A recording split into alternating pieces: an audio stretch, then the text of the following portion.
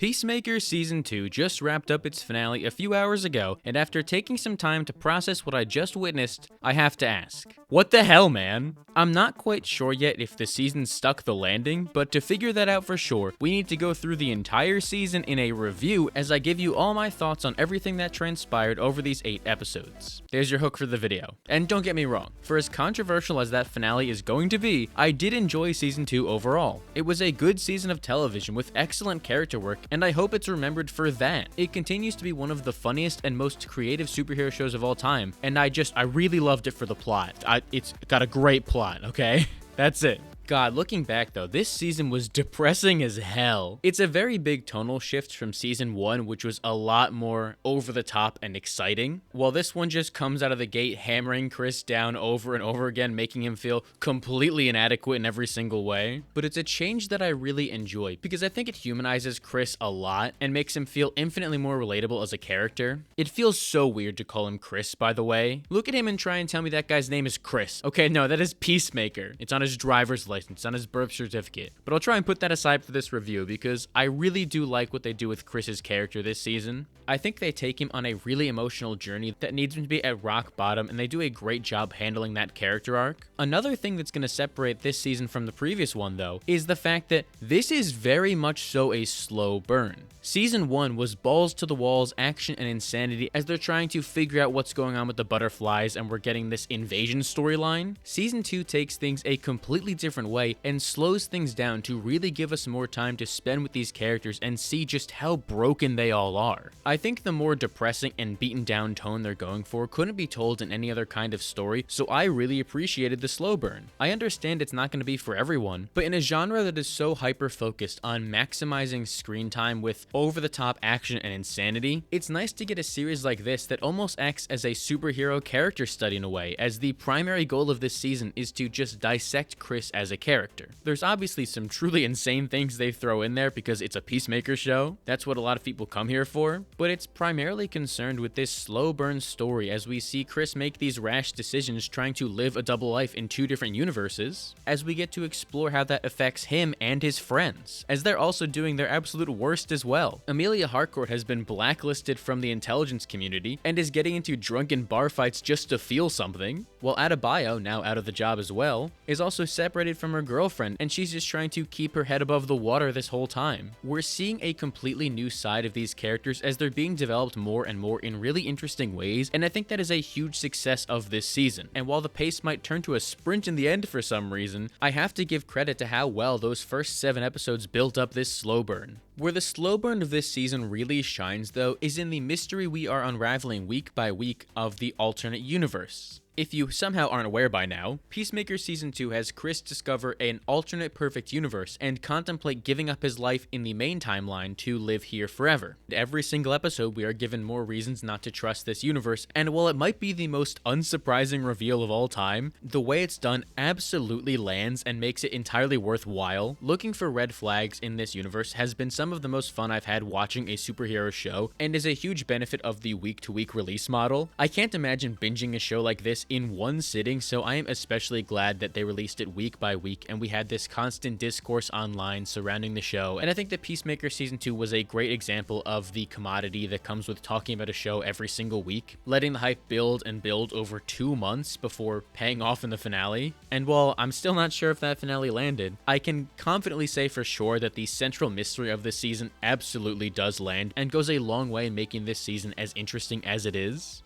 And doing it in the trademark ways of Peacemaker, giving us lots of incredibly gory violence, really great humor, and just so much nudity. Like, good God, I'm gonna have to be careful trying to edit this video when talking about it because I don't want YouTube to assassinate me. That being said, I know that people can get so defensive when it comes to nudity on screen, but I think that Peacemaker Season 2 actually does it in the most effective way I've maybe ever seen in my entire life. As to give you a mild spoiler from the first episode, we see Chris at his lowest point when he is just coked out of his mind trying to numb the pain with this massive orgy, and I think it's so effective because we get the contrast of all these people feeling the highest pleasures in life as they're all hopped up on drugs and engaging in so many sexual activities that I can't even begin to talk about. I can already see the sniper dot on my forehead right now. But when you juxtapose that with Chris, who is just completely depressed and unable to feel anything but this crushing sadness and the burden of not being good enough on his shoulders, I think it does a great job selling just how bad his life has gotten at this point. The nudity actually means something and goes the extra mile to drive home just how broken Chris is, as we see him unable to enjoy even the highest highs in life. There is nothing that will get him out of this slump and help him on his redemption arc, and it sets him down a really interesting path this season. And to circle back around to those other 2 points of the humor and action, I really enjoy that the comedy in season 2 is a lot more mature and not overdone. For as much as I love season 1, and trust me, before the Penguin released, it was my favorite season of DC TV just ever, so I come from a loving place when I say this, but there were times when Gunn leaned a little too heavy into the immaturity of the humor in that show. This season makes a conscious effort to step away from that, and while it is so incredibly sad and brutal to watch at times, I feel like the humor is a lot more effective and earned all around. Especially when James Gunn goes out of his way to directly make fun of Jared Leto. You always get points in my book for doing that, and is balanced really well with the hard-hitting moments of the season as to not overshadow any of them. Another big change in this slow burn is that this season is a lot less action heavy than the first one. I'm pretty sure Chris only wears his mainline universe costume one time, and it's in like the very first scene, which is wild to think about because John Cena wore that the entire press tour, so it takes a little bit of adjusting to get used to seeing him out of that costume. I don't mind the absence of it and action too much, because when it happens, it feels like a very big deal. A large reason as to why the shift towards a much more dramatic season is able to work as well as it does is entirely due to John Cena's performance, because oh my god, dude, he is such a good actor. Like, he was really good in season 1, but holy shit, he was giving a masterful performance in every single scene of this show. I try not to mention this as much as possible because you're all gonna look at me differently, but as a massive wrestling fan, it's really weird seeing John Cena of all people play this kind of character, which makes it even more impressive to me that he's able to sell the emotional way of it all so well, especially in telling an entire story with just a look alone, because his expressions are incredible. You're able to see so much pain and sadness and yearning in his eyes that makes this character feel completely real, to the point where I don't even see John Cena anymore when he's on screen. I only see Peacemaker because he just gives himself to this character and completely disappears in the role, which is so impressive because for someone who looks like John Cena does, it's gotta be hard to be a chameleon on screen, but he is just such a talented actor who you can tell is always learning and trying to improve his craft, and is giving a career best performance in season 2 here. There's one scene in particular in the back half of the season that I won't spoil the context of, but he just lets out this horrifyingly traumatized scream, and it is going to stick with me forever. It is one of the best scenes I've ever seen in a superhero project. He brings the emotional weight to life in a way that makes it feel extremely heavy and hard to watch. So I'm very glad we're lucky to have someone like John Cena in this role, because he just keeps improving upon himself time and time again, to the point where the next time we see him, he might just be the best to ever do it. And it's not like it's a John Cena carry job this season either, as the entire supporting cast is doing great work. I think Jennifer Holland especially shines in this season as she's able to stretch her acting legs and do some really great work and give Emilia Harcourt so much depth as a character. She was interesting in season 1 for sure, but we really get to dive into seeing what makes her tick in season 2, and I think it takes her up a notch and makes her one of the most compelling characters in the entire show, as this incredibly broken and closed off person who refuses to allow herself feel any kind of happiness in life because she doesn't think she deserves it.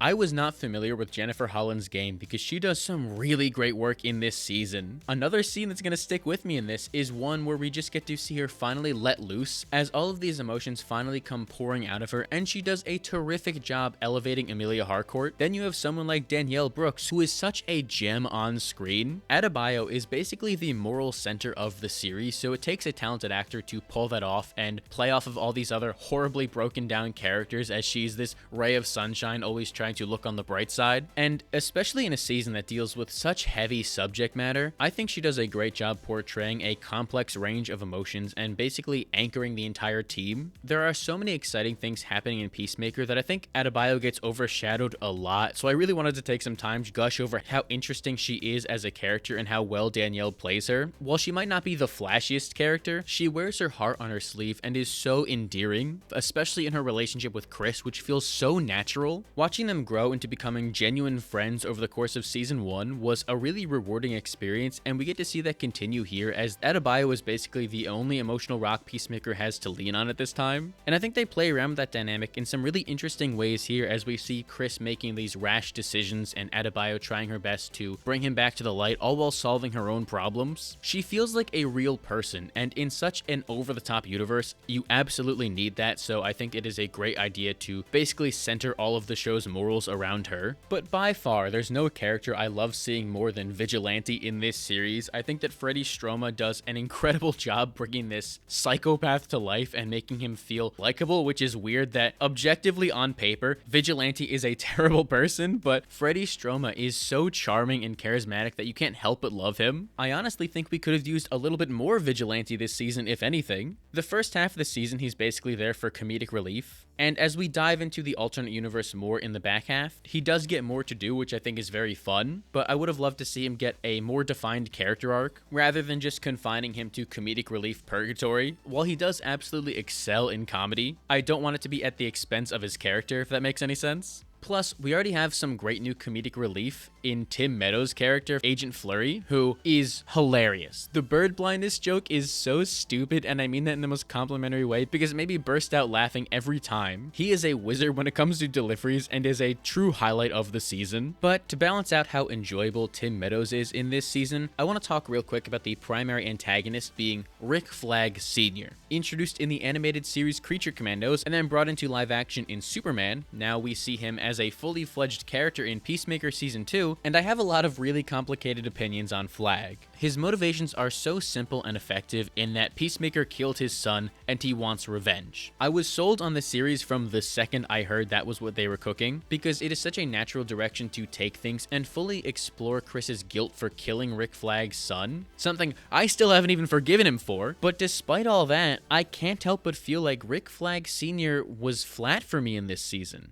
I think that comes down to Frank Grillo's performance, whether it be the way he was directed or how he chose to play this character. While I think his story is interesting as this character getting consumed with rage to the point where he becomes pretty much unrecognizable from who he was at the start of the season just so he can screw over Peacemaker, I'm not as interested in this character as I should be. He does have some genuinely great moments in it. There's one scene when him and Peacemaker finally come face to face and he just hits him with the nastiest knee strike of all time that I think is great. But then there's other scenes that I feel like are completely underselling just how vengeful he should be, and we don't really find out his ulterior motive with these alternate universes until the final episode. I go back and forth with Flag Sr. because I feel like he could have been utilized better here and just wasn't as compelling as he should be, despite the fact that on paper he has an interesting arc and great motivation, so I feel like it comes down to the performance alone. And oh my god, I can't believe it's taken me this long to talk about it, but I love the intro for Season 2 so much. My hot take is that this is better than Season 1. Sue me if you want, I will fight you in the parking lot if you disagree. I think this intro is easily better than the first season for me. Which I know, it's crazy to say, because when I watched it for the first time on the premiere, I thought the complete opposite. Don't get me wrong, it was good, but I thought that first season cleared it in every way, only to be singing along with it a few episodes later because it's so much more effective as an intro. I know Wigwam's Do You Want to Taste It is iconic now, but Oh Lord by Foxy Shazam, I think might be my favorite of the two songs. The way the song just builds and builds until that Oh Lord hits is euphoric, and I especially love that the choreography feels much more purposeful this time around. What works so well about Season 1's intro is that nobody was expecting it. It feels so much more spontaneous, but I think Season 2 comes in here with a purpose as they make sure that every single move counts, whether it be Chris and Amelia's push and pull back and forth mirroring their story this season, or the different dance moves foreshadowing a certain thing in this universe so well that Fortnite took the emote out of the game and made it infinitely worse, which I think is just hilarious. So it is safe to say that the Season 2 intro is easily my favorite. I have listened to that song an unhealthy amount now as it has grown on me week by week. I probably have the whole dance number memorized by now.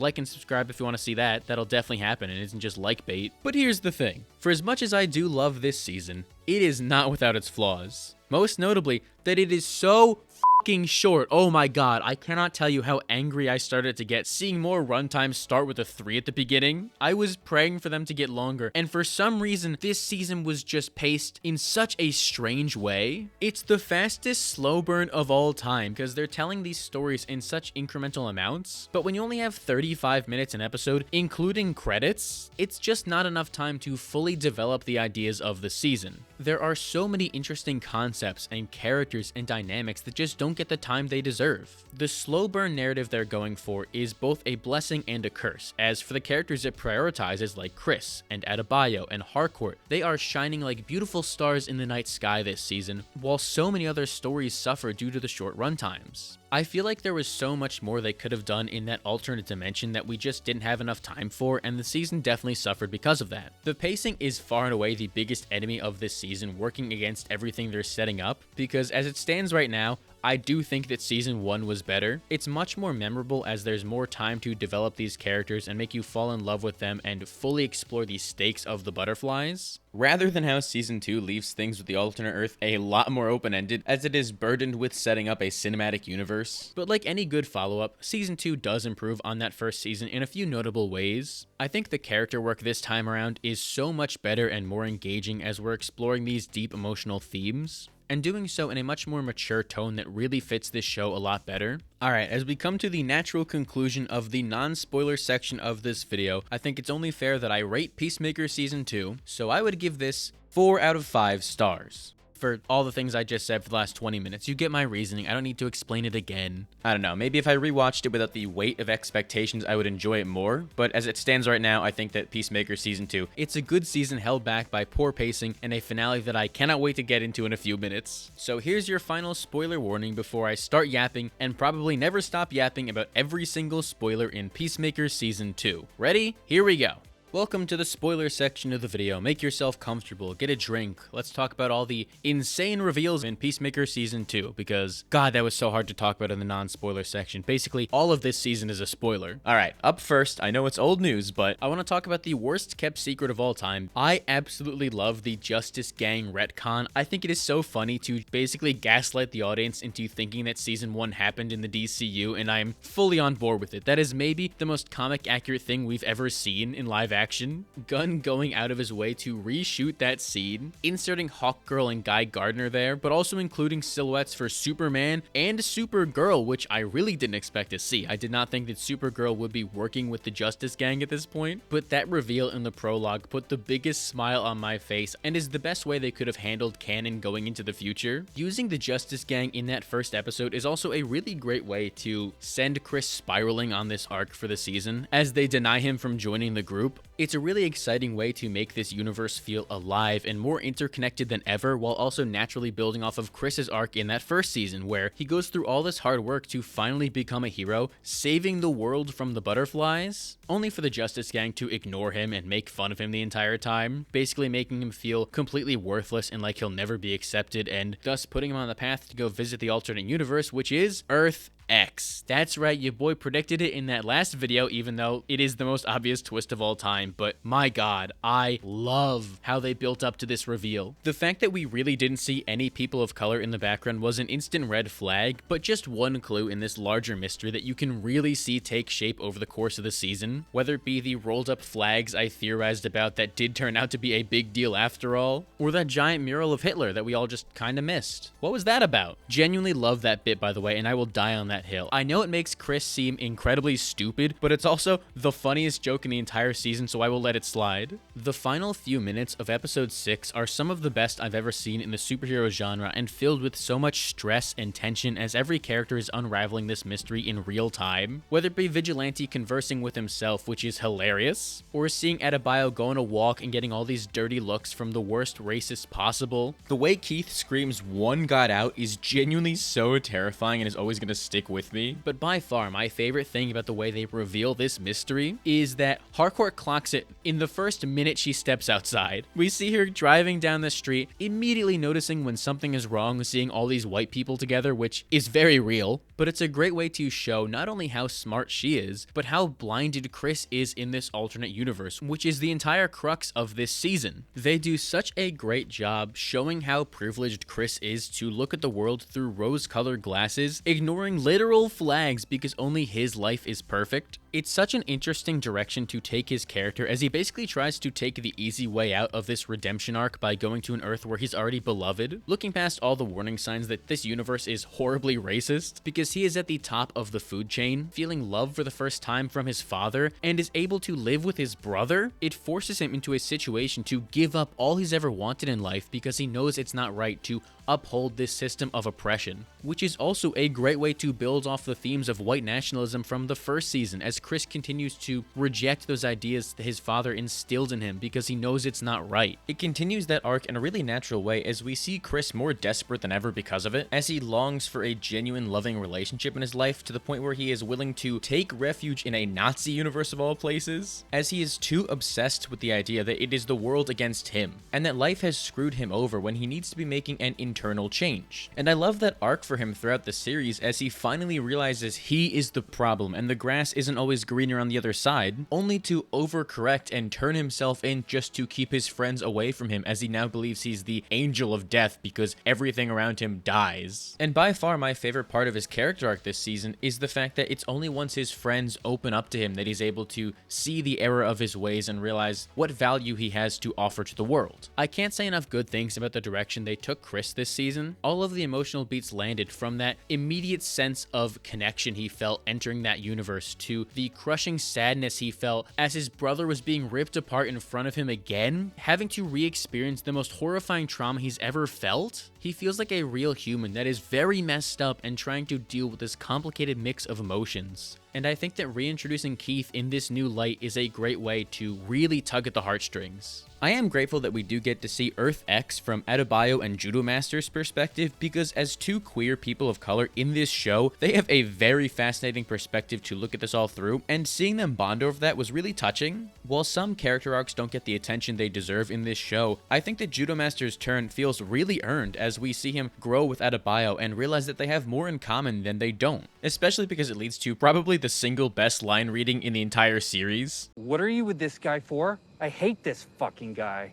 This little fucking guy. I liked Judo Master in season 1, but now that we actually get to dive deeper into this character exploring Earth X, I think he is much more interesting, and I'm very glad we're going to be getting more of him, especially because I think the bit of him wearing his costume at all times is hilarious, even to the point where he's wearing it under a hazmat suit. It is so good, and I hope we continue to see it forever. Honestly though, the biggest surprise of the entire season for me is the fact that his dad was kinda good in a way. I don't think he was a good person, but I expected him to be the most racist man who ever lived, so seeing that he was kind of dark woke caught me completely off guard, but I was here for it. I do really like the social commentary his dad fulfills in this show though. A lot of people saw him at a surface level glance where he just said he was against Nazis, and they just immediately thought he was a good guy. But I think it's much more complex than that, as James Gunn utilizes this monologue to completely recontextualize his character. There are two big takeaways I get from the Blue Dragon. The first is that he genuinely cared for his son, and I feel bad for Chris having that ripped away from him in the most violent way by Vigilante. But I don't feel bad for alternate universe Augie, because he honestly had that coming for him. Blue Dragon is not a good person. He uses the idea that he's not a Nazi as a way to make himself feel better when being complicit and not actually doing anything about the Nazis taking over. He is a really interesting take on privileged centrists who won't actually do anything to combat fascism. He easily had the resources to fight alongside the Sons of Liberty against the Nazis, but he wasn't willing to sacrifice his comfy life to do so. The fact that he was lauded as a hero on this earth goes a long way to show us just how intrinsically rooted in this system of power he is. He was complicit in upholding fascism and just as bad as the Nazis. But because James Gunn is such an efficient efficient writer, the Blue Dragon's flawed rhetoric does act as a wake-up call for Harcourt and Economos, who have spent all of their lives as cogs in a corrupt system, rarely fighting back against it because they enjoyed their place in it. It's why it makes their decision in the finale feel more earned, because they're actually taking a stand for once in their lives. Oh god, and not to keep jumping all over the place, but I'm gonna keep jumping all over the place. If there's one thing from this episode I do want to talk about real quick, it's the cameo from Fitzgibbon from the first season. Probably the most excited I was seeing any cameo this season because it genuinely caught me off guard. Up until the point I realized Sophie's song wasn't with him, they probably had her locked up in a camp because they're racists. Just a crushing revelation that goes a long way in making you hate this universe even more, knowing what they took away from you. Alright, now let me get back on track. One of the biggest problems with this season is that we spend so much time building up to Earth X, only to get out of there as soon as possible. It's where these short runtimes come in, as I don't feel like we explored it to its full potential. I never thought I'd say this in my life, but there weren't enough of the Nazis in this show. Please don't clip that out of context, okay? They introduce a plethora of really engaging ideas, like the Sons of Liberty and alternate Rick Flag Jr., but due to the time constraints, we don't get to see enough of the characters try and right the wrongs of it. They just go in to get Chris, and then immediately bring him back out, and that's it. There's no mention of it in the finale whatsoever. It just felt a little too clean for my liking, and while it's obvious that Keith is gonna come back in the future one day, I don't know how or when, because it doesn't feel like he fits into the future plans of this universe. I really feel like it would have just been better to tie this story up in one season. The most exciting thing about the Nazi Earth to me was the fact that it had alternate Rick Flag Jr., and I really don't feel like we got enough of him. There was so much untapped potential between him and Peacemaker having to work together somehow, and having Chris directly confront this ghost of his past, now dating the love of his life.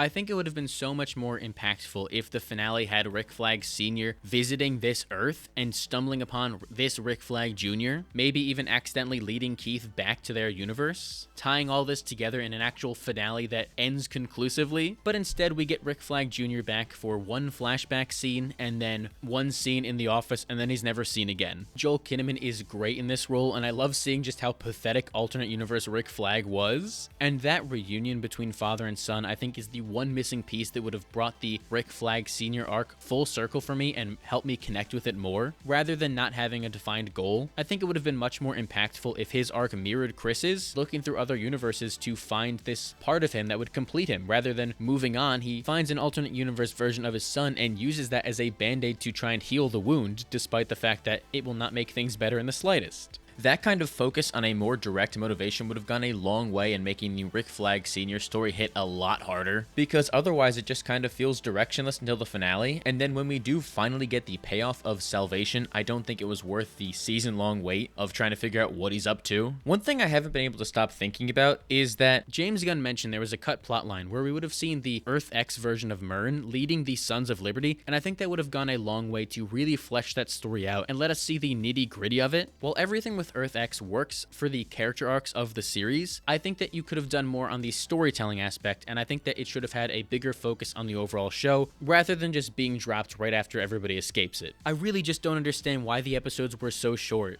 I know James has spoken a lot about how he got burnt out writing this season of Peacemaker, but delay it, man. By the time I got to Peacemaker, it was not fun, really. I mean, I was forcing myself into doing it. I'm happy to wait as long as possible for you to flesh this show out and make sure that these characters and ideas get to be told to their full potential. It holds this season back from being truly great, and I just know that you could do it better. And that's not to suggest that the Argus storyline is a total failure or anything. I think it's pretty compelling. It just drops the ball in the later half. I do want to give it some credit though, because I love how it's so connected to the greater DCU outside of just this show, especially when it comes to getting appearance from none other than Lex Luthor, which was amazing. R-rated Lex Luthor is one of the most dangerous things ever. I could not believe the words that came out of his mouth, and I am afraid of the things Lex would call Superman if he was also in this show. Seeing Lex Luthor, Sidney Happerson, Otis just all return and build off the connections from Superman, even going as far as seeing the Bay from that film, is a great way to build on on the interconnectivity in a natural way, especially considering the fact that Lex would have an understanding on how the quantum unfolding storage chamber does work. It's not forced when these characters have pre-existing relationships and would naturally go to the other for help. And it's another prediction I got right, if you just ignore all the other stuff I said after Lex Luthor would return, because, oh boy, I got so much wrong. And that's fine. I love getting things wrong because it means a show surprised me. I honestly can't think of a transition between these next two sections, so this is the best you got.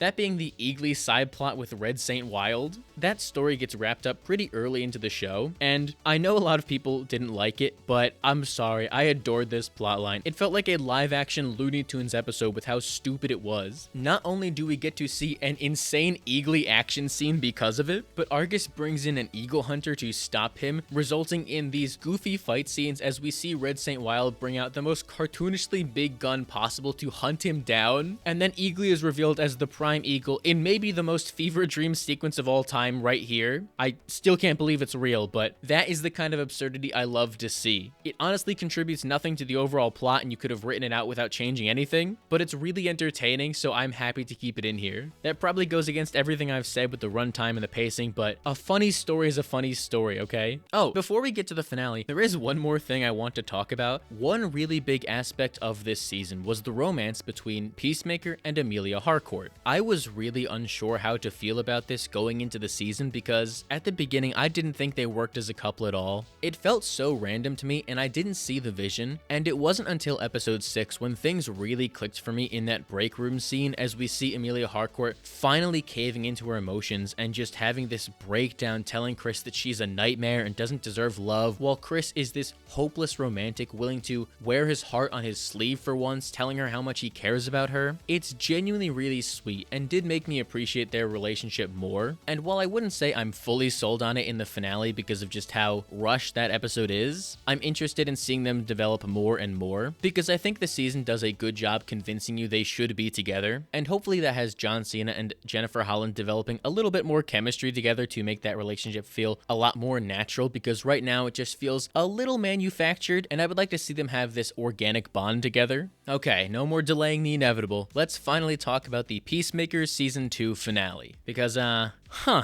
James Gunn really shot himself in the foot overhyping it too much for my chronically online ass, because good lord, he made this seem like the best thing he's ever made, so I went into it with astronomical expectations because he's never let me down before like that. He told us episode 6 was gonna be insane, and it was. And then here comes episode 8, and I don't know, it just felt rushed to me. I've already seen a lot of people talk about how, oh, you just didn't like the finale because it didn't have cameos, and that definitely isn't the case. I can absolutely say that I did enjoy this finale, and the lack of cameos were the last thing on my mind finishing it. My problems with it come with the fact that this finale was 58 minutes long, the longest of the entire season, and yet it still felt rushed to me. Before I dive into what didn't work, I want to talk about the good. That being, first of all, the character work in the finale is incredible. The motel scene is masterful as the 11th Street kids finally come together and be vulnerable with each other, opening their hearts to tell Chris just how much they mean to him, letting him see that he actually is loved for once, and this emptiness he's been searching to fill in other dimensions was right in front of him the entire time, and he just couldn't see it. It feels like the entire series as a whole was building up to that one moment where Adebayo tells him that she believes in miracles because of him. It's such a powerful moment. Danielle Brooks is such a talented actress, and we are so lucky to have her playing Adebayo in this series. I really hope that she finally starts to get her flowers because of that. She is the emotional backbone of this last episode, and it would not have hit as hard as it did if we didn't have someone like her delivering these lines with so much passion and heart. I thought it was already so beautiful on its own, but watching the Peacemaker podcast after the fact and seeing how James Gunn put this into the story because it reminds him of his dad only made me appreciate it more, because you can clearly tell he cares about his work, and that is really reflected on screen in the character work we see this season. And if I could just continue praising her for a second, I loved the scene with her and Kia earlier on in the episode as she has to heartbreakingly end their relationship, fully knowing that they're not meant to be with each other as their goals are just way too different. It's a great moment to see Adebayo embrace this calling, knowing that she can be out there doing more than just owning a pet store and unable to live in that miserable life despite how happy it would make her to be with Kia. It's such a brutal scene and made even better by how great Danielle Brooks' performance is. I cannot say enough good things about how talented of an actress she is.